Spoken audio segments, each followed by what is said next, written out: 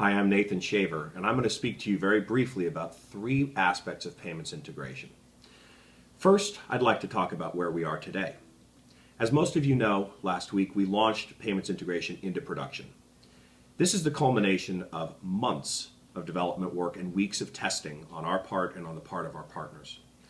I'm happy to report that all of our testing has been successful, with a few minor issues dealing with the return files going back to clients. However, processing of payments is successful. We've currently had one client successfully process test payments with us in our E2 environment, and we are proceeding with smoke testing in E3 this coming week. The second thing I'd like to talk to you about is the client pipeline.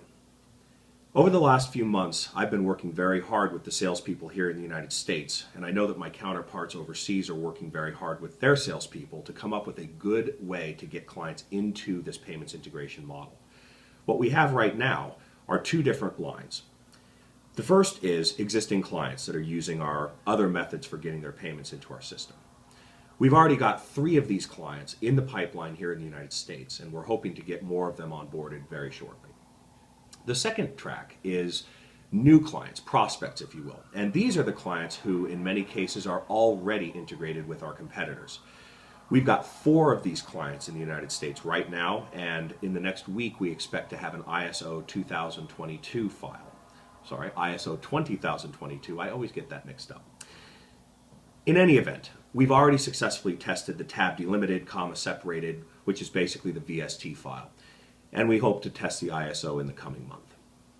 The third thing I'd like to talk to you about really has to do with what we're doing right now with timing. And timing is not necessarily how I want to refer to this, but timing is how I'm going to refer to it, because our timing right now is in flux. We have been quoting 6 to 8 weeks for any new implementation. And throughout our testing, what we found is that thanks to the diligence and the hard work of our technology partners and our increasing familiarity with the system, the biggest variable in timing has been the client. And what I mean by that is that we have been able to process files in seconds as opposed to minutes. We've been able to do mappings in days as opposed to weeks.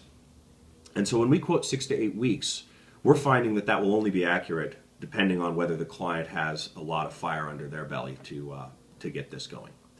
So what I guess I would say in closing is that we have shrunken timelines. We have exceeded expectations when it comes to the speed and the reliability of the system thus far. And we've got a very, very good client pipeline in place where we really feel like we're going to have a lot of success in the coming year. I obviously wish all of you success, and I hope to see all